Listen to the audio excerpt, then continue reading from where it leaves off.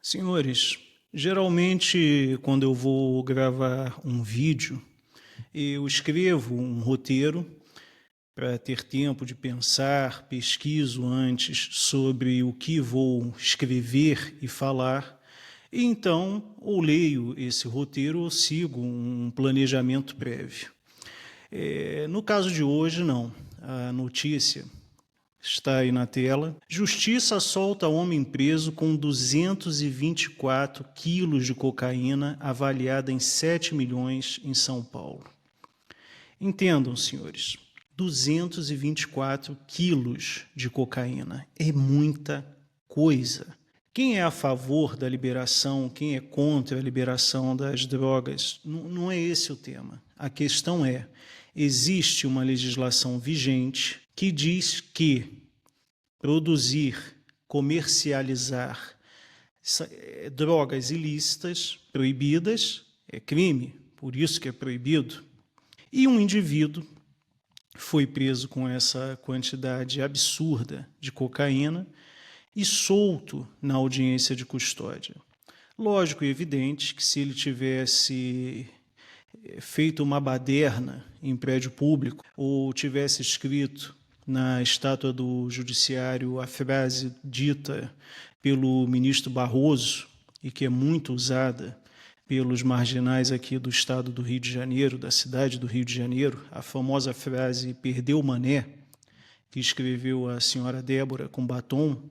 Se ele tivesse feito isso, talvez estivesse aí pegado 14 anos de cadeia. Mas vamos ler a notícia. A justificativa do magistrado, senhor Marcelo Nalesso Salmazo, da comarca de Sorocaba, é de que a quantidade de droga apreendida não foi exacerbada, 224 quilos de drogas. Se isso não é exacerbado, meu Deus do céu. Só falta dizer que é para consumo próprio, né? A prisão foi realizada pela Polícia Militar, próximo da cidade de Itu, ou seja, os policiais fizeram seu papel, agiram com honestidade, com legalidade, com eficiência e conduziram o indivíduo até a Polícia Judiciária, a Polícia Civil. Os policiais civis, pelo visto, agiram com legalidade, com eficiência, fizeram o flagrante, ofereceram a denúncia ao Ministério Público e, chegando na audiência de custódia, esse senhor é colocado em liberdade. Bem, senhores, é evidente que existe algo de errado, de muito errado, com o judiciário brasileiro. Tem algo de muito errado acontecendo. Eu tenho uma teoria que o excesso de subjetividade, ancorando-se em princípios constitucionais e nada contra os princípios constitucionais, acho que são lícitos, mas o excesso de subjetividade acaba dando a cada magistrado um poder ímpar de determinar o que é certo e o que é errado ao atropelo do que está escrito. Então, percebam, um homem é preso com 224 quilos de cocaína e, na audiência de custódia, solto. Vai para a rua, responde em liberdade. Duas senhoras de 74 anos, com muitas comorbidades, são presas porque estavam presentes no dia da baderna do 8 de janeiro em Brasília, na Praça dos Três Poderes, algumas em prédios públicos, e a essas senhoras nenhum direito é dado na audiência de custódia. Inclusive, os advogados que na época fizeram a defesa inicial dos presos do 8 de janeiro, alegaram que quando finalmente houve a tal da audiência de custódia, os pareceres dos magistrados que estavam fazendo, comandando as tais audiências, já vieram prontos, os pareceres vieram prontos. Se é verdade ou se é mentira, nunca saberemos. E qual é a justa medida, qual é a métrica que se usa para se prender a senhora Débora por 14 anos em regime fechado por escrever uma frase na estátua do Judiciário e deixar que responda em liberdade um indivíduo, um homem, um senhor, que estava conduzindo um carro com uma quantidade absurda de cocaína. Qual é a métrica do judiciário brasileiro, senhores? Sinceramente, eu não sei. Eu, quando li essa notícia, eu fiquei apavorado. Eu falei, não é possível, isso não está acontecendo. Aí os senhores com certeza vão lembrar do André do Rap, vão lembrar do outro senhor, recentemente, que foi preso também com uma quantidade grande de cocaína e foi solto. Senhores, eu não sei qual é a saída para o Brasil. Eu tenho uma teoria comigo que a nossa Constituição já venceu, já está com prazo de validade vencido, como sempre acontece com as constituições brasileiras, né, desde 1824. Está com prazo de validade vencido, tem que ter outra.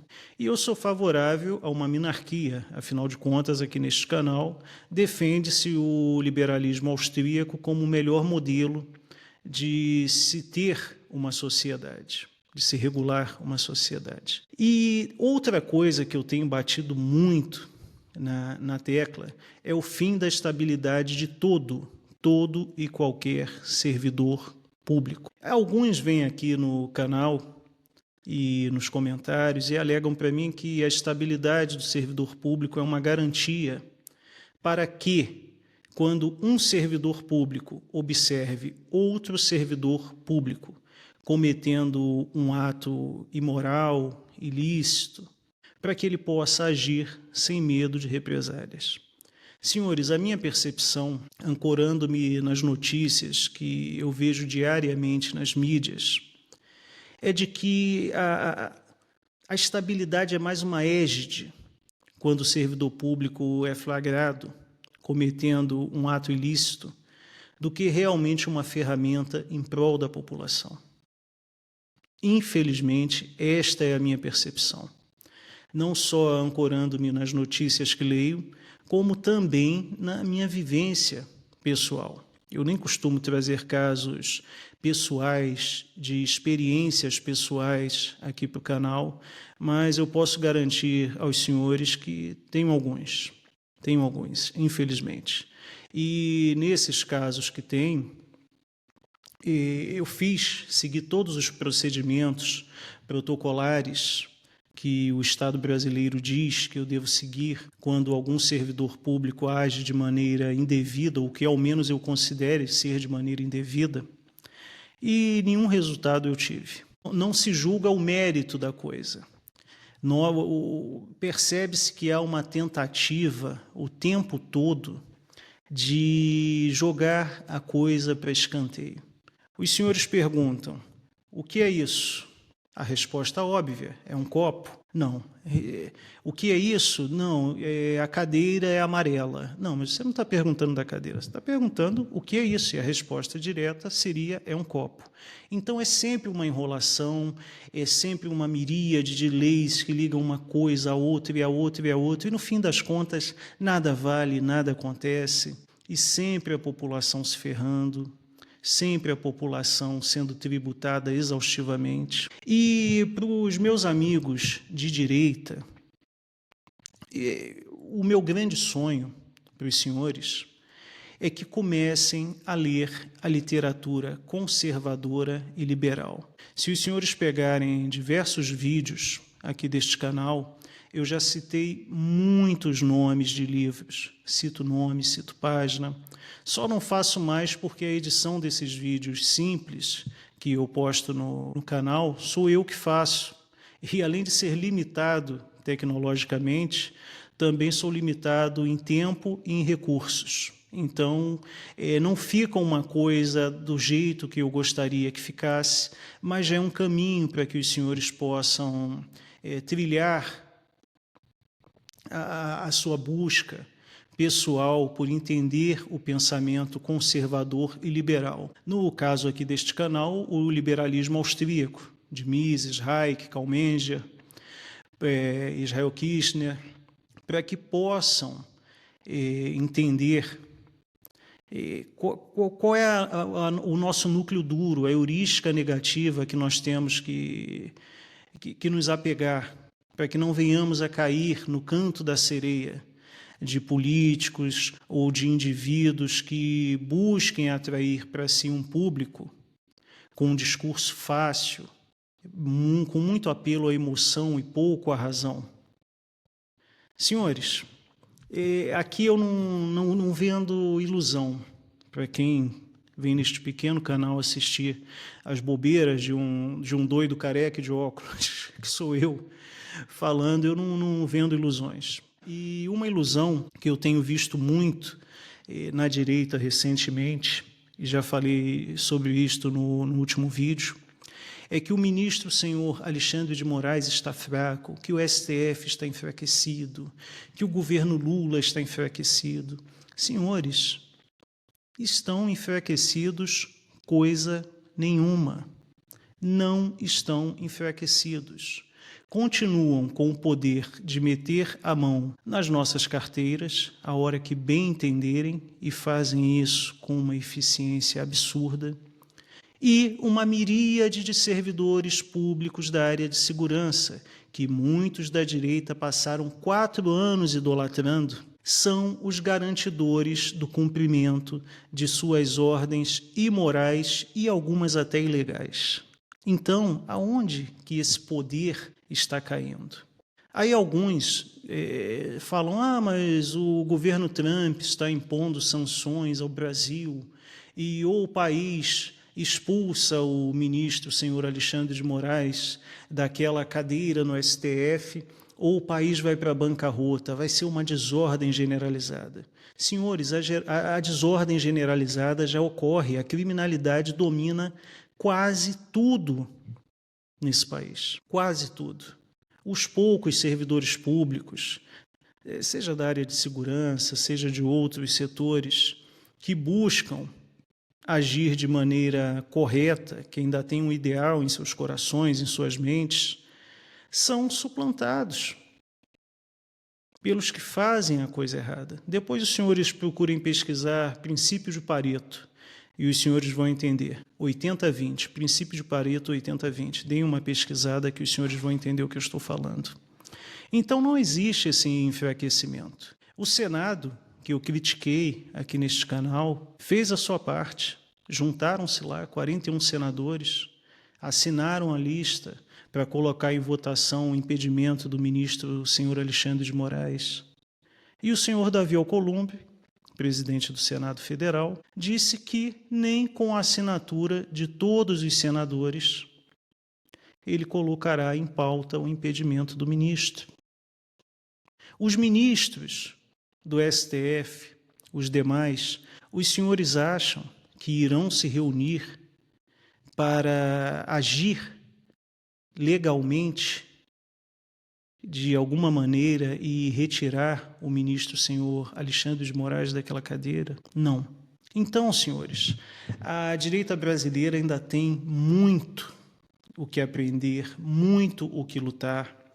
E o porquê que eu faço este tipo de coisa, este vídeo? Eu não tenho apoio de nenhum político, eu não sou amigo de nenhum político, eu não recebo dinheiro de ninguém. O que eu tenho é uma câmera, um microfone e um computador para gravar, abrir uma conta no YouTube e falo com os senhores. Por que eu faço isso? Percebam que todo governo ditatorial, teocrático ou com tendências ditatoriais que busca encaminhar-se cada vez mais para ser uma ditadura, o que eles desejam é impedir que as pessoas se comuniquem. Senhores, a palavra é poderosíssima. Não existe nada mais poderoso do que a palavra, do que isto que está acontecendo aqui neste momento. Eu conversando com indivíduos, com seres humanos que eu não conheço.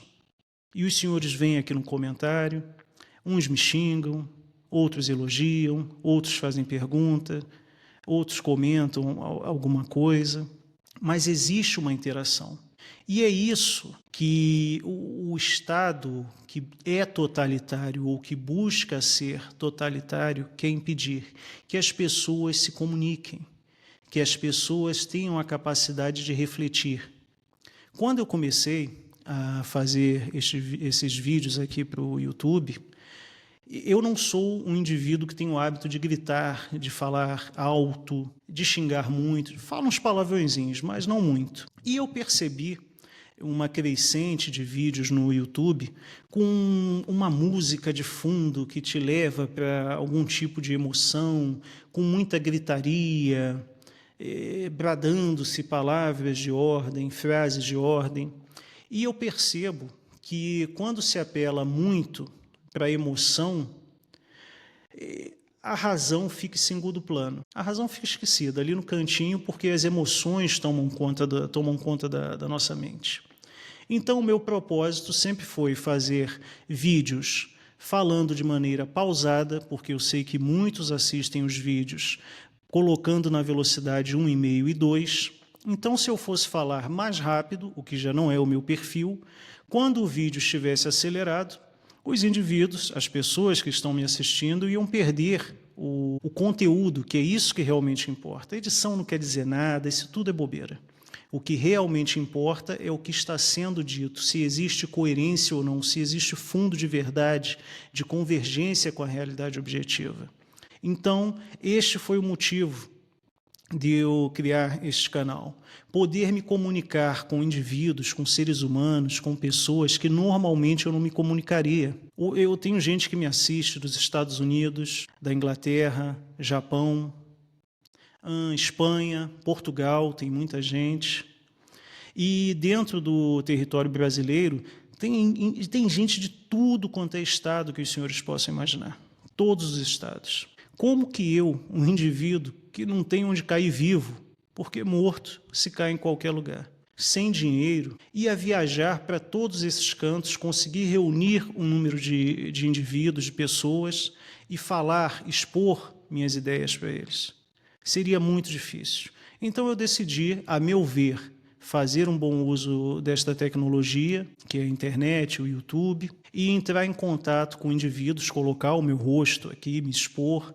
Estou pagando um preço por isso, muito alto, inclusive financeiramente, questões de trabalho e tudo mais, mas decidi me expor e falar com as pessoas de maneira calma, porque eu percebi que tudo que os candidatos totalitários, ou os que já são totalitários, não desejam é que aconteça isso daqui, que eu fale com os senhores têm a possibilidade de falar comigo nos comentários. Essa interação é perigosíssima para o Estado.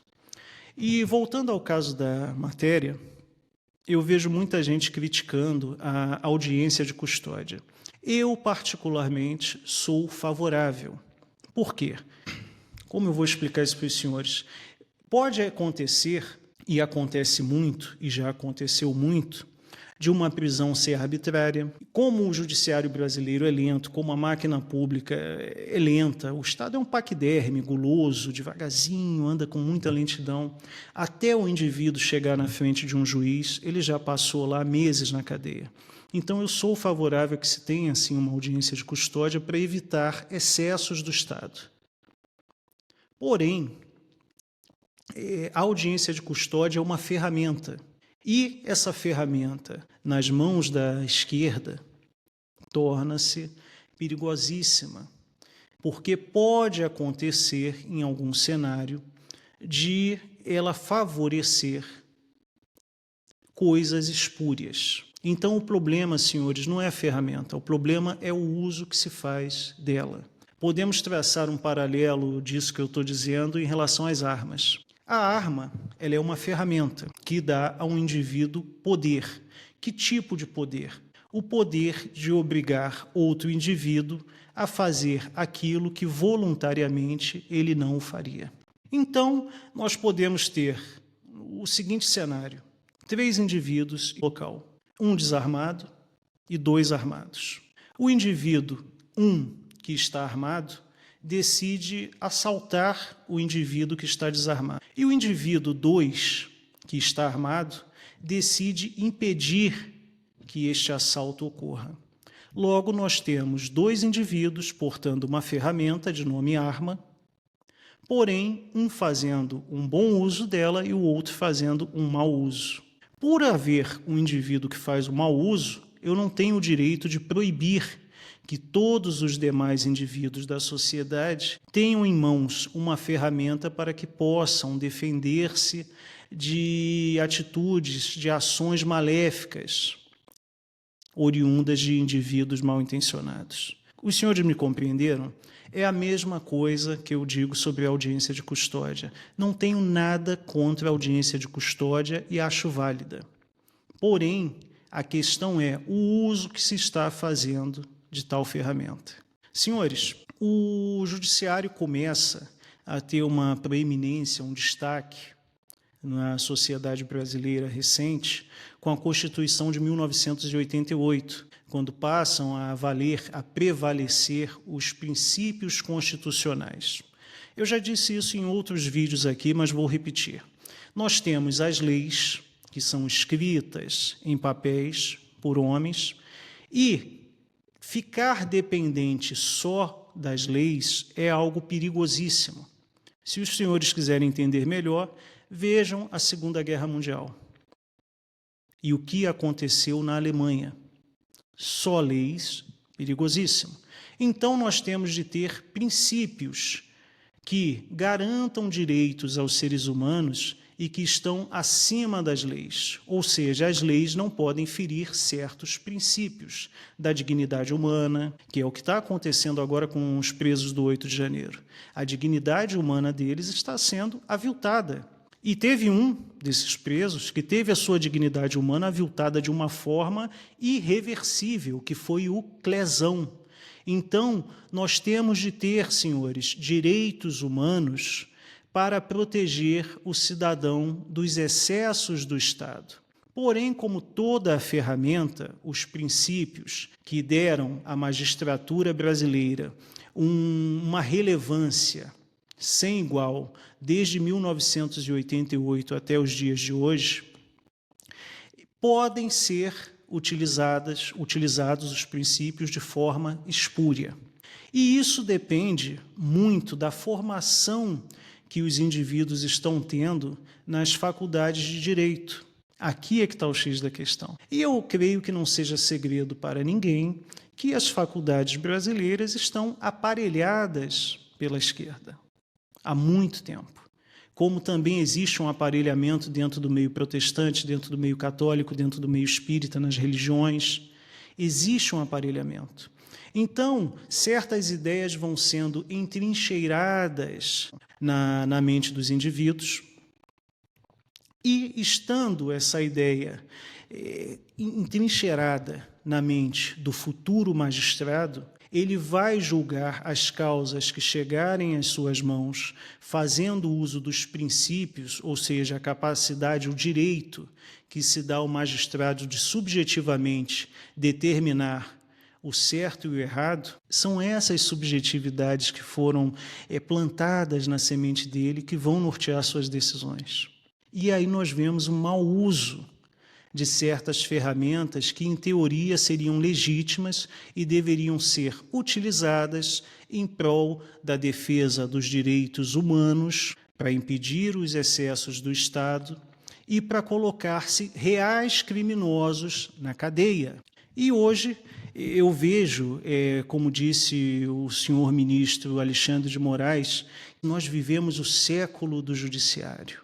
Mas, em outro vídeo, eu já citei para os senhores o jurista Daniel Sarmento, quando ele diz que nós temos de tomar cuidado para que, ao dar à magistratura o poder quase que soberano de interpretar os princípios constitucionais, que não crie-se uma ditadura da toga, porque ela não será muito melhor, ou não será melhor, ou talvez será até pior do que a ditadura de farda. Então, senhores, a saída para isso, se é que existe uma saída para o poder estatal que tende a escalar, eu creio que seja a eterna vigilância, e vai ser inevitável cedo ou tarde, que o Brasil caminhe para uma nova Constituinte. E aí eu me pergunto, caminhando o Brasil para uma nova Constituinte, será que essa nova Constituinte tenderá mais ao liberalismo ou mais ao comunismo e ao socialismo e todas essas ideologias de esquerda? Fica a dúvida. Eu, particularmente, como sou um pouquinho pessimista, eu creio que haverá uma tendência mais para a esquerda.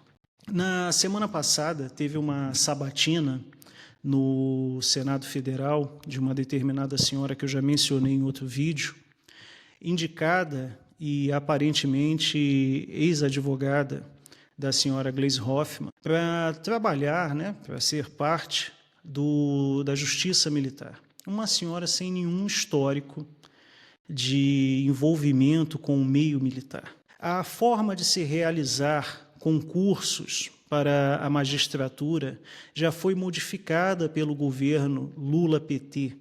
Ou seja, agora existe um pré-concurso para que o candidato possa realizar o concurso, para que alguém, não sei quem, veja se ele está apto a tornar-se um magistrado.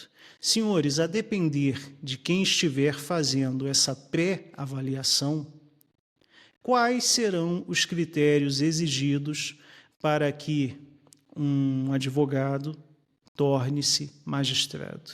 Eu acho que não preciso responder aos senhores. E diversos, eu chamo de aparelhamento do meio judiciário, tem sido feito. É indicação de ciclano, de fulano, de beltrano, todos indivíduos que são pouco afeitos à liberdade de expressão, os que indicam.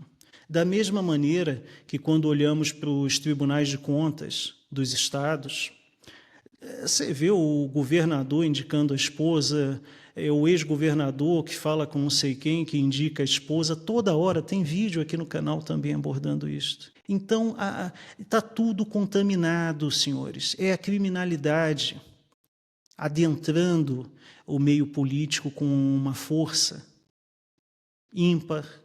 Uma classe política que tem uma parcela que eu não entendo por quê, parece que ama defender a marginalidade. Menores de idade que nascem em lares onde inexistem princípios básicos de hierarquia e de respeito ao próximo e saem para viver em sociedade, fazendo o que bem entendem, porque sabe que não serão repreendidos por seus pais. E caso seus pais ousem repreendê-los, aparece o conselho tutelar. Não serão responsabilizados por seus crimes, por piores que sejam, porque, afinal de contas, são menores de idade. São inimputáveis, não podem responder mesmo que cometam crimes hediondos como adultos. O que esperar dessa sociedade, senhores? O que esperar? O que nós podemos fazer? E a maioria do meu público aqui neste canal é de gente da minha idade, meio século de vida para cima. São os tiozões, igual a mim, os idosos, os mais velhos, aqueles que já viveram um pouco e justamente por terem vivido um pouco, lembram-se dos últimos governos do PT e têm pavor dele.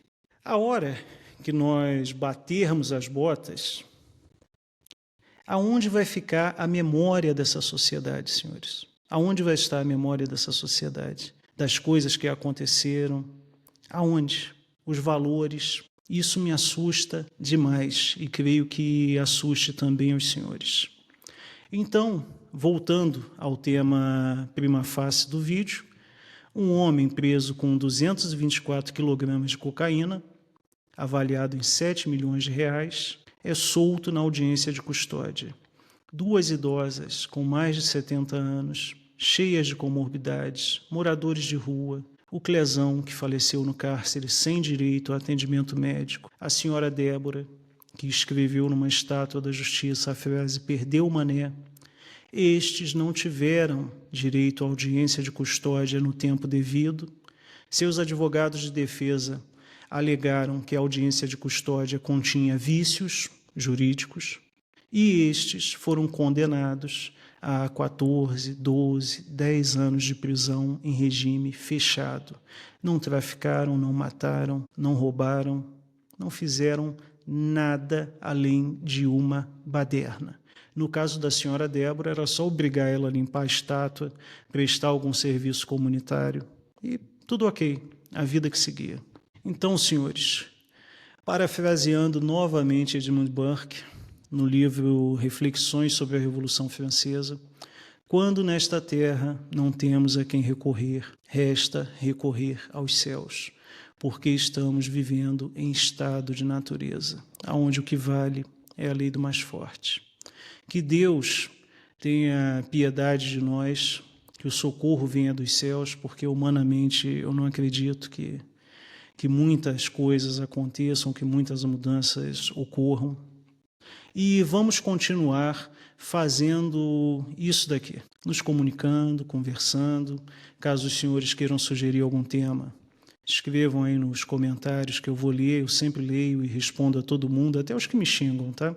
Respondo sempre com educação, com cordialidade, com racionalidade e objetividade. E peço que os senhores, se possível, peguem livros, literatura sobre os pensamentos conservador e liberal austríaco para ler, tá bom? Um grande abraço a todos, fiquem com Deus, muito obrigado por terem assistido a este vídeo e aos mais jovens, como eu sempre digo, honrem seus pais, respeitem seus pais, aproveitem a companhia dos seus pais. Grande abraço a todos, fiquem com Deus.